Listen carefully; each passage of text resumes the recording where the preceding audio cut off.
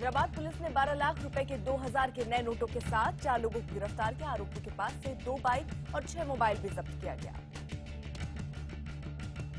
गिरफ्तार किए गए लोगों में से एक एंटी करप्शन ब्यूरो का होमगार्ड है। पुलिस के मुताबिक इन लोगों ने ये पैसा 2 कारोबारियों से लूटा है। पुलिस का कहना है कि पुराने नोट बदलने के नाम पर इन लोगों ने कारोबारियों को झांसा दिया और उनके पैसे हड़प लिए।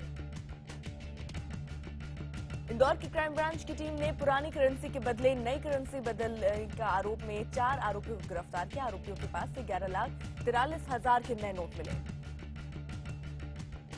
चाय से फाइनेंसर बने सूरत के किशोर भजियावाला के यहां से आयकर विभाग के सर्च में रोज नए खुलासे हो रहे हैं। न्यूज 18 इंडिया को आयकर विभाग के सूत्रों से जानकारी मिली कि किशोर के घर और दफ्तर में सर्च के दौरान 150 से ज्यादा प्रॉपर्टीज के दस्तावेज मिले, जिसकी बाजारी कीमत 1500 से 1700 करोड़ के आसपास है। आयकर विभाग को शक है कि किशोर भजियावाला ने अलग अलग नाम से प्रॉपर्टी खरीद रखी है। आयकर विभाग के अफसर पिछले 5 दिन से किशोर भजियावाला के घर तलाशी में जुटे हैं। दिल्ली के सीएम अरविंद केजरीवाल ने राजनीतिक दलों को नोटबंदी के नियमों में मिली छूट पर सवाल उठाए। केजरीवाल ने सवाल पूछा कि नोटबंदी के दौरान रकम जमा करने पर सियासी पार्टियों को छूट क्यों दी जा रही है।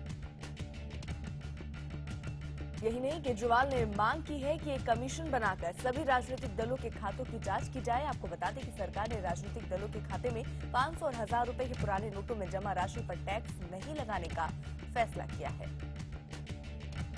वहीं जेडीयू ने इस मामले में केजरीवाल का समर्थन किया। जेडीयू का कहना है कि सियासी दलों को इनकम टैक्स से छूट क्यों दी जा रही है। वित्त मंत्री अरुण जेटली ने एक बार फिर से सरकार के नोटबंदी के फैसले की तारीफ की। उन्होंने कहा कि इन बड़े नोटों को बंद करना सरकार का साहसिक फैसला है। राजनीतिक दलों को आयकर से छूट मामले पर वित्त मंत्री अरुण जेटली ने कहा कि राजनीतिक दलों को आयकर से कोई छूट नहीं दी गई है। उन्होंने ये कहा कि हमने दलों की फंडिंग और आयकर में कोई बदलाव नहीं किया है। ये पुराने समय से चली आ रही सरकार ने कोई परिवर्तन नहीं किया। अरुण जेटली ने कहा कि नोटबंदी से कैश लेन देन कम होगा, लेकिन मुद्रा का चलन कम नहीं होगा। उन्होंने कहा कि अब 50% से ज्यादा लोग पेट्रोल पंपों पर कैशलेस पेमेंट कर पाएंगे। पूरे मामले में बीजेपी का कहना है कि पॉलिटिकल पार्टी के पास अगर पुराने नोट हो तो वो उसे बैंक में जमा करा सकती है, जिसमें किसी को कोई दिक्कत नहीं होनी चाहिए। वित्त राज्य मंत्री जयंत सिन्हा ने कहा कि नोटबंदी पर क्रांतिकारी कदम है। इसके द्वारा नई अर्थव्यवस्था और नए भारत का निर्माण किया जा रहा है। इस फैसले से देश को बहुत फायदा हुआ है।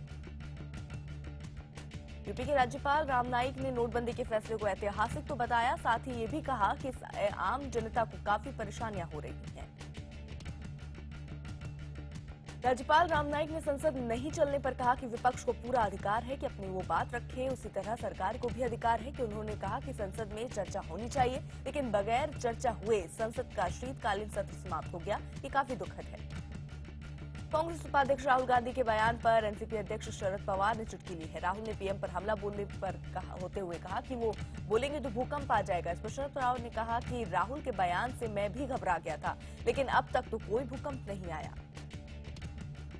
एनसीपी नेता शरद पवार ने संसद नहीं चलने पर सत्ता पक्ष पर निशाना साधा। उन्होंने कहा कि 50 सालों के अंदर ऐसा पहली बार हो रहा है कि सत्ता पक्ष सदन नहीं चलने दे रहा है।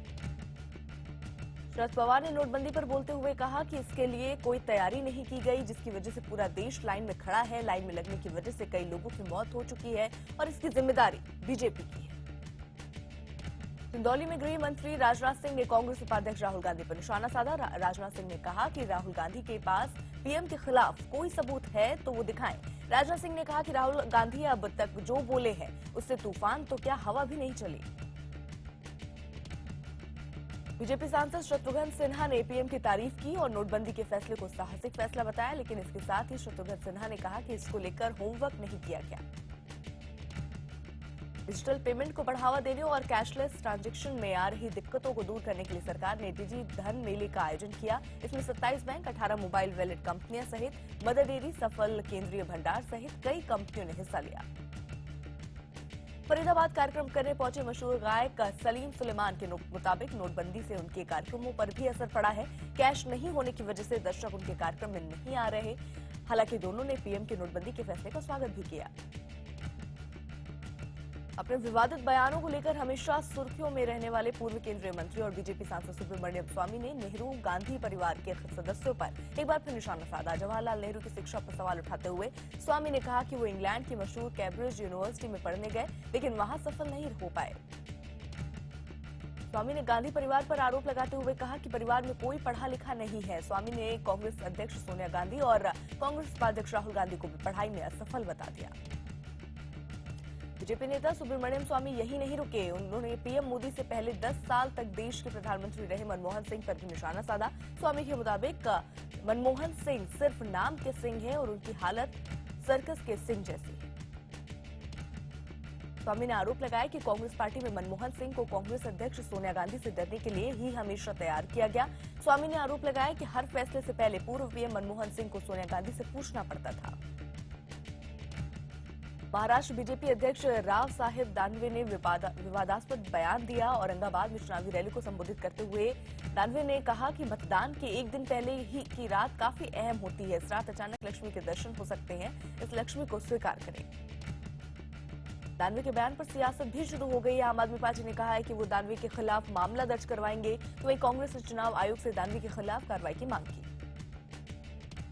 यूपी में समाजवादी पार्टी के विधायक सुधाकर सिंह ने शहीदों को पत्नी को लेकर शर्मनाक बयान दिया। इस पर विधायक सुधाकर सिंह ने सारी सीमाएं लांघते हुए कहा कि अगर शहीद जवान की पत्नी भाग जाती है तो इसके लिए भी राज्य सरकार ने आर्थिक मदद की व्यवस्था भी की है। सुधाकर सिंह के मुताबिक राज्य सरकार शहीद के माता पिता को 20 लाख के अलावा 5 लाख और देती है, जिससे उनका पालन पोषण हो सके। मऊ जिले में सरकारी कार्यक्रम के दौरान एसपी विधायक ने विवादित बयान दिया।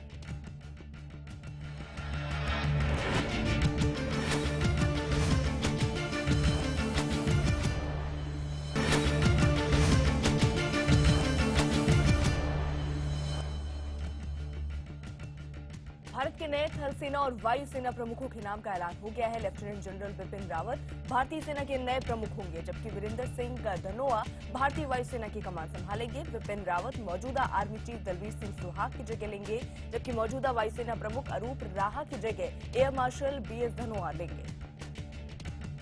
जम्मू कश्मीर के पंपोर में आतंकियों ने सेना के काफिले पर हमला कर दिया, जिससे 3 जवान शहीद हो गए। हमले के बाद आतंकी वहां से भागने में सफल रहे। आतंकियों को पकड़ने के लिए तलाशी अभियान जारी है। इटली की सुप्रीम कोर्ट ने हेलीकॉप्टर रिश्वत कांड की फिर से सुनवाई के आदेश दिए। इस मामले में निचली अदालत ने फिनमेकानिका के पूर्व सीईओ जी ओर्सी और अगुस्ता वेस्टलैंड के पूर्व अध्यक्ष को 4.5 साल की सजा सुनाई थी। इस फैसले को दोनों अधिकारियों ने इटली की सर्वोच्च अदालत में चुनौती दी थी, जिसके बाद फिर से सुनवाई के आदेश दिए गए। इस आदेश के बाद अब मिलान की निचली अदालत में फिर से मामले की सुनवाई होगी। आपको बता दें कि इसी रिश्वत केस में सीबीआई ने पूर्व वायुसेना प्रमुख एसपी त्यागी समेत 3 लोगों को गिरफ्तार किया है।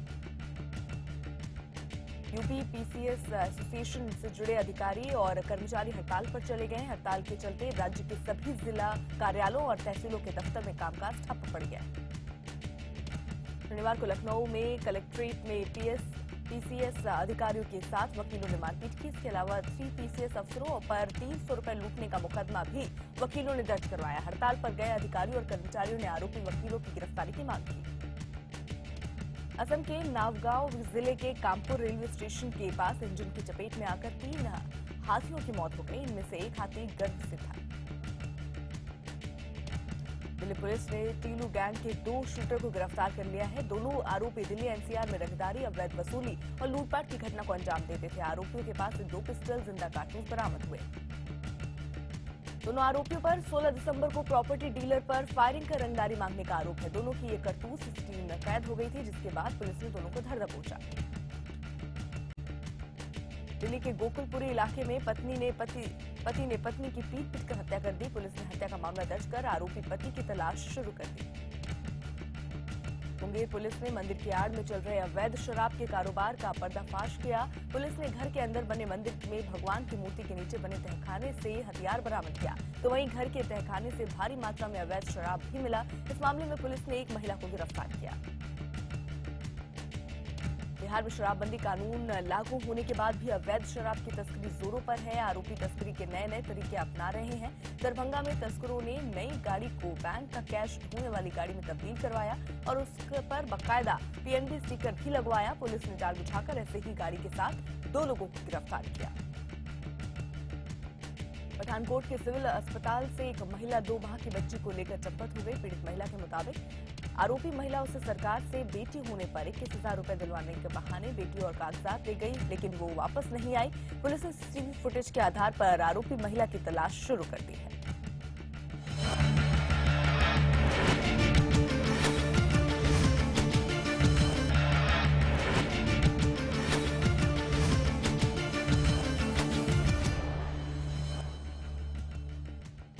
उत्तर प्रदेश के बागपत में नए जूतों की जिद पूरी नहीं होने के चलते एक लड़के ने खुदकुशी कर ली। आरोप है कि नोटबंदी के बाद से पीड़ित परिवार के पास पैसों की किल्लत थी, जिसके चलते मृतक की मां अपने बेटे को किए गए नए जूतों को खरीदने का वादा पूरा नहीं कर पाई, जिससे नाराज बेटे ने खुदकुशी कर ली। आरोप है कि कई दिनों तक बैंक की लाइन में खड़े होने के बावजूद पीड़ित महिला अपने खाते से पैसे नहीं निकाल पाई। जानकारी के मुताबिक मृतक बच्चा अपनी 7 बहनों का इकलौता भाई था। इस घटना के बाद परिवार गम में डूबा हुआ है। मुजफ्फरपुर में ससुराल आए एक युवक ने पत्नी को विदा नहीं करने पर ससुराल वालों पर चाकू से हमला कर दिया। इस हादसे में एक किशोर की मौत हो गई, जबकि 7 समेत कई लोग घायल हो गए। राजस्थान के श्री गंगानगर में रेप के बाद महिला की हत्या कर दी गई। पुलिस ने घटनास्थल से पत्थर समेत कई सामान जब्त किए। उत्तर प्रदेश के भदोई में पार्किंग को लेकर हुए मामूली विवाद के बाद आईटीबीपी के जवान ने अपने पड़ोसी की गोली मारकर हत्या कर दी। आरोपी जवान और उसके परिजनों की अंधाधुंध फायरिंग में मृतक की बहन भी गंभीर रूप से घायल हो गई। विवाद शनिवार को तब शुरू हुआ जब आरोपी जवान अपनी मोटरसाइकिल पर घर से निकलने लगा। इस दौरान उसकी वकील यादव नाम के पड़ोसी से बाइक हटाने को लेकर विवाद हो गया। इसके बाद आज आरोपी जवान लाइसेंसी राइफल और अपने परिजनों के साथ पड़ोसी के घर आ धमका और उसने कई राउंड फायरिंग की, जिसमें उसने पड़ोसी की मौत हो गई, जबकि पड़ोसी की बहन भी गंभीर रूप से घायल हो गई। बुलंदशहर में बैंक की लाइन में खड़े लोगों का गुस्सा भड़क उठा। बैंक में तैनात पुलिस वालों ने बैंक में जाने से लोगों को रोका। महिलाओं ने पुलिसकर्मी की जमकर पिटाई कर दी। झज्जर में सड़क हादसे के बाद एक कार में आग लग गई। आग लगने से कार पूरी तरह जलकर राख हो गई। कार हादसे में 21 साल की एक छात्रा गंभीर रूप से घायल हो गई। सीरिया के पूर्वी अलेप्पो में फंसे लोगों को बाहर निकालने का अभियान थम गया है। बताया जा रहा है कि रास्ते में हुए विस्फोट के बाद अभियान थमा है। वहीं बान की मून ने अपनी आखिरी प्रेस कॉन्फ्रेंस में कहा है कि यूएन सीरिया में असफल हो गया है। वहीं दूसरी तरफ अमेरिकी राष्ट्रपति बराक ओबामा ने कहा है कि सीरिया के अलेप्पो में बड़े पैमाने पर हुई हत्याओं के लिए बशर अल असद का शासन ईरान और रूस जिम्मेदार है। साथ ही उन्होंने चेतावनी दी कि जनसंहार के बल पर बशर अल असद अपने शासन को वैधता नहीं दे सकते। आज का दिन भारतीय हॉकी के लिए काफी बड़ा दिन है, क्योंकि जूनियर हॉकी टीम 15 साल बाद खिताब जीतने के लिए मैदान पर उतरेगी। जूनियर हॉकी वर्ल्ड कप के फाइनल में आज भारत का मुकाबला बेल्जियम से होगा। भारतीय टीम भी इस टूर्नामेंट में अब तक अजेय रही है और फाइनल तक के सफर में भारतीय टीम ने कई बड़ी टीमों को धूल चटाई है। भारत ने सबसे पहले कनाडा, फिर इंग्लैंड और दक्षिण अफ्रीका को हराकर क्वार्टर फाइनल में जगह बनाई। इसके बाद आखिरी 8 में स्पेन और सेमीफाइनल में ऑस्ट्रेलिया को हराया। भारत का अब तक जूनियर हॉकी वर्ल्ड कप के इतिहास में ये तीसरा फाइनल है। 1997 भारत पहली बार फाइनल में पहुंचा था, जो ऑस्ट्रेलिया से खिताबी भिड़ंत में मुंह की खानी पड़ी थी, जबकि 2001 फाइनल में अर्जेंटीना को 6-1 से हराकर पहली बार खिताब पर कब्जा किया। चेन्नई टेस्ट का दूसरा दिन भी मेहमान टीम के नाम रहा। पहली पारी में इंग्लैंड की टीम ने 477 रन बनाए, जबकि भारत बिना किसी नुकसान के 60 रन बना लिए। पार्थिव पटेल 28 और लोकेश राहुल 30 रन बनाकर नॉट आउट हुए। भारतीय मुक्केबाज विजेंदर सिंह ने इतिहास रचते हुए तंजानिया के मुक्केबाज चेका को हरा दिया है। दिल्ली के त्यागराज स्टेडियम में खेले गए बाउट में विजेंद्र सिंह ने चेका को हराकर खिताब बचाने में कामयाब हो रहे। पुलिस क्रिकेट में 1009 रन बनाकर सुर्खियां बटोरने वाले प्रणव धनावड़े के साथ महाराष्ट्र पुलिस द्वारा बदसलूकी करने का मामला सामने आया। प्रणय की गलती बस इतनी थी कि उसने अपना क्रिकेट पिच बनाने के लिए एचआरडी मंत्री प्रकाश जावड़ेकर के लिए बनाए जा रहे हेलीपैड का विरोध किया था। प्रणव को पुलिस पकड़ कर ले गई। खबर मिलते ही शिवसेना नेता पुलिस स्टेशन पहुंचकर हंगामा शुरू करते दिखे। शिवसेना के नेताओं ने प्रणव के साथ बदसलूकी करने वाले पुलिसकर्मियों के खिलाफ कार्रवाई की मांग की। जब इस पूरे मामले की जानकारी केंद्रीय मंत्री जावड़ेकर को लगी तो उन्होंने कहा कि उनका इस मामले से कोई लेना देना नहीं, हेलीपैड बनाना स्थानीय प्रशासन का काम है। इंडियन सुपर लीग का फाइनल मुकाबला आज शाम 7 बजे से कोच्चि में खेला जाएगा। इसमें कोलकाता की भिड़ंत केरला एफसी से होगी। जयपुर में भारत की पहली ऑफिशियल पोलो लीग के लॉन्च कार्यक्रम में अभिनेता सैफ अली खान और हर्षवर्धन कपूर भी शामिल हुए।